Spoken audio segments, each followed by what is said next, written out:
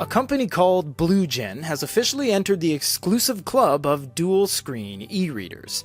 This club is in fact so exclusive you could count the number of devices on one hand.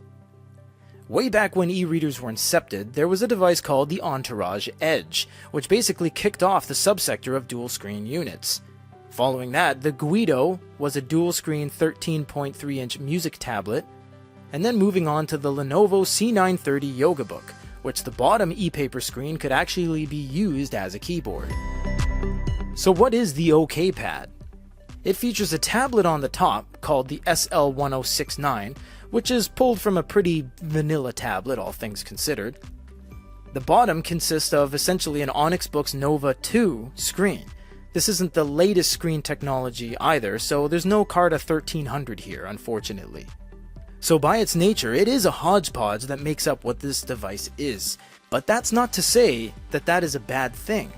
They have taken two things, put them together in a beautiful aluminum housing, sandwiched them using high quality hinges, tossed on some fit and finish, and called it a day. And what came of that is a PC laptop looking setup with an everything under the hood layout with Wacom, Google Play, and basically aside from the fact that it weighs a whopping 800 grams, which they call feather light, is a pretty good overall package. So when diving in, let's look at the screens separately and then together, starting with the LCD side. The LCD side of things is pretty standard. It's your everyday tablet. It has Google Play, it has all of your applications, search in apps, your camera, and a bunch of preloaded Google services. If you swipe down from the top, you get all of your features, your Wi-Fi, your Bluetooth, do not disturb, battery saver, etc. You can go over to the settings and change a bunch of these as you see fit. It's pretty much an everyday kind of simple Android tablet. If you go to About Phone, you'll see that it is only running Android 10. It's a little bit outdated, but worry not, this can be mitigated by and fixed by a simple update in the future, which I hope they build into their kind of tiered crowdfunding milestones. You have location services, security, all of your sound and display settings right there, so it's a pretty traditional tablet, all things considered. Unfortunately, when it comes to the top screen, there is no Wacom whatsoever, so any sort of pens will not work on there. Yes, you can use things like capacitive pens, but capacitive pens aren't special. It's literally just simulating your fingertip, and it won't do anything special outside of that, so there's no active capacitive or Wacom on the top layer. Now they do have two proprietary apps, which is Handwritten Notepad, which we'll show you later on the bottom screen, and you have EINK app setting. What this will allow you to do is choose which apps will be in your e-ink device down below only, and then all of your apps. You can add these as you see fit by clicking edit, you can exit out or add it back, and that would respectively put it to the top, which will mean that it is on the e-ink panel or not. Click OK to apply. So now, for example, we have Google Play Books on the top, which gives us access to everything in terms of an ecosystem and available manga, graphic novels, books, audiobooks, etc., except we can now use that on the bottom screen, which we're going to move into right now because honestly there's not too much else on this unit. It is a pretty traditional kind of slapped together black slab with a gloss screen and black bezels and a front facing webcam, so there's not much there to really point out, and overall it is a fairly just standard Android experience. Sliding this on up, we get to the part that we need to check out pronto, which is the bottom e-ink screen. This is a 7.8-inch screen. When it comes to the actual EPD, which is the panel, you do have an outer bezel and a furthermore, an even more out bezel. Now there is a major problem, you could even say a glaring problem with this e-paper side, is that it is heavily reflective.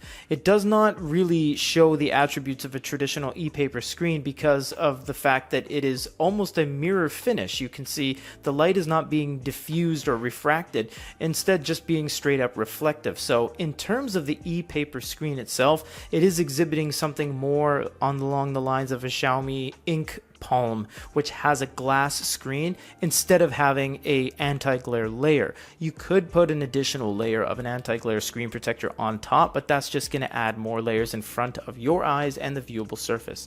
In terms of the UI, there really isn't any. It's just this. You have that, and that. These are your EINK applications, this is your calendar, and this is my note list with new and list. If you long press these things, nothing really happens. You can just long press these all day and you can't move the cards or anything like that. Now you do have some action buttons here, which is a home button and a back button. You also have a toggle button, which is going to allow you to turn off all the screens as you see fit. So you can turn off the bottom one, the top one, etc. So it'll cycle between those. You also have a webcam here, which we'll show you in a little bit.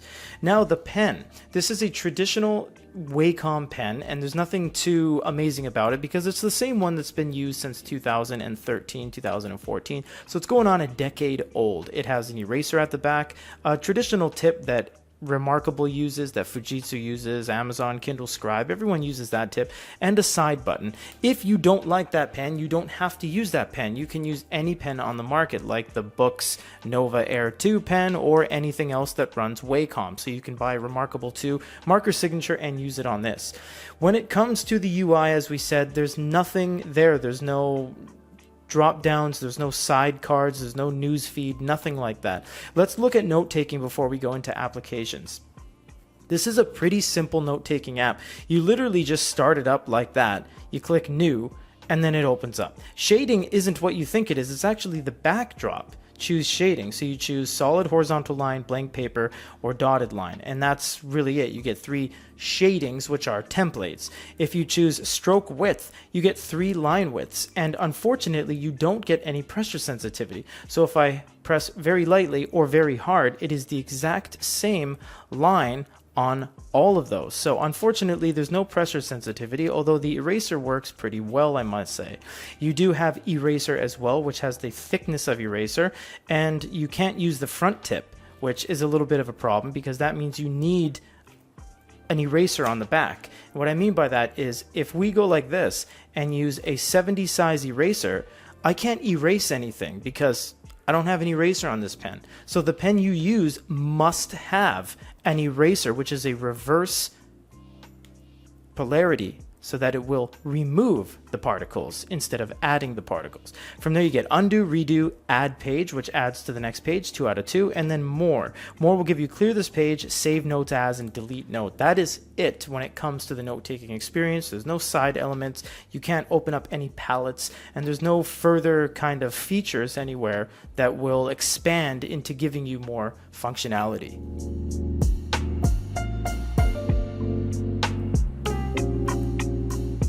When it comes to the note-taking feel, it's pretty paltry. It is very smooth and glossy because this is using the same top coat cover as this. So whether you're drawing on the LCD side, which you can't do, or this side, it's the same feel. So with that, you get a very glass-like experience, which is very akin to drawing on a smartphone. You don't get any of the advantage of using the tips they give you, which is a graphite composite.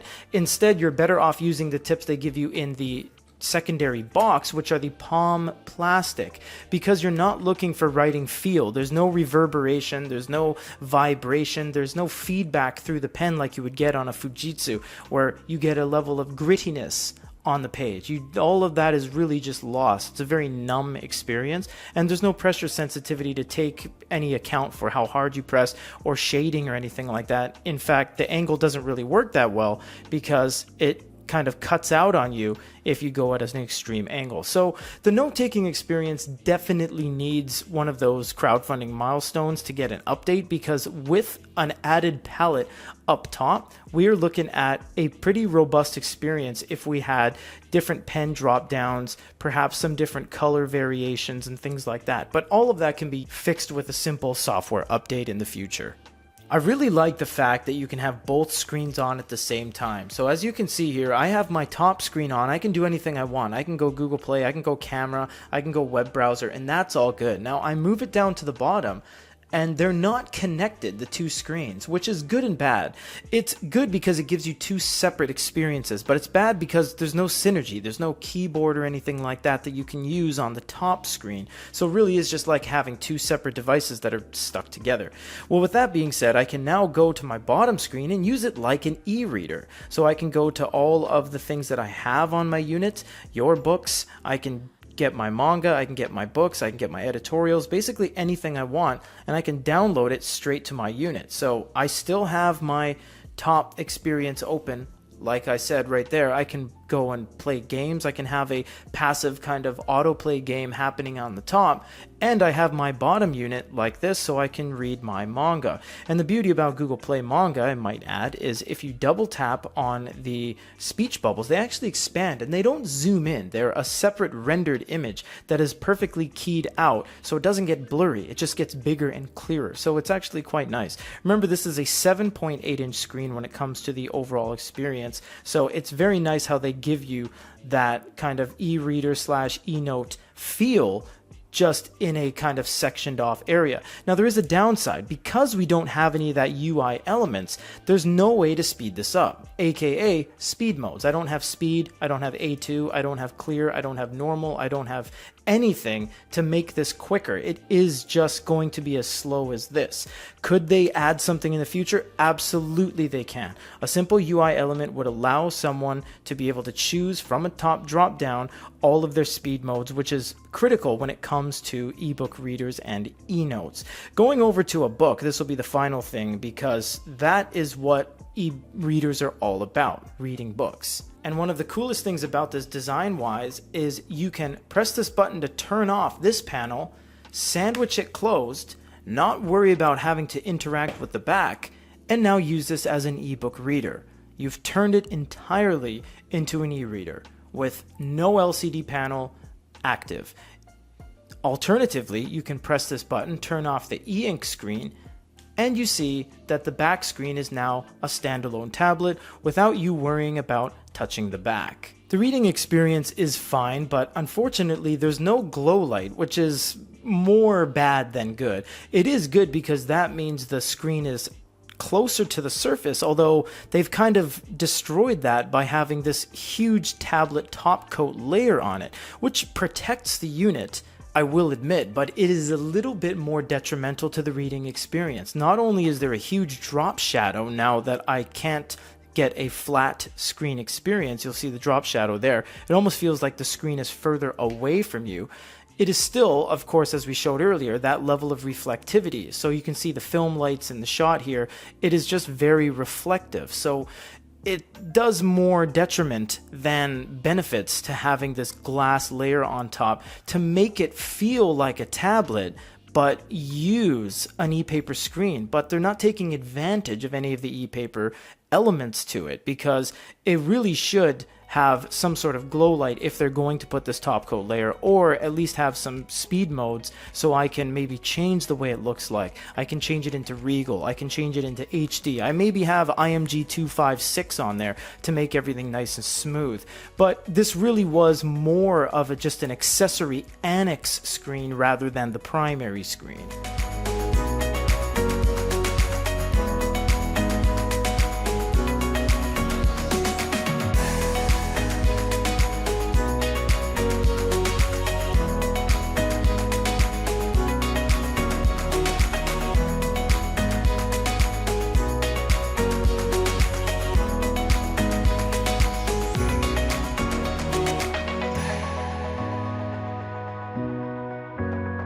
The OKPad is honestly pretty solid, both literally and figuratively speaking. Despite their advertisement of arbitrarily deciding 800 grams is light, it is incredibly heavy and feels more like a PC desktop appliance rather than something on the go. The hinges are incredibly tight and everything is built flawlessly. The bezels are the largest we've seen south of the Mississippi, but it does have Google Play and a Wacom layer on the e-paper screen. Every con is outclassed by a pro in the end, and there's more good about this than bad. It does overall lack a little bit of synergy between the two screens, as it almost just feels like there's two individual devices stuck together. But in the end, the OKPad is definitely more than just okay.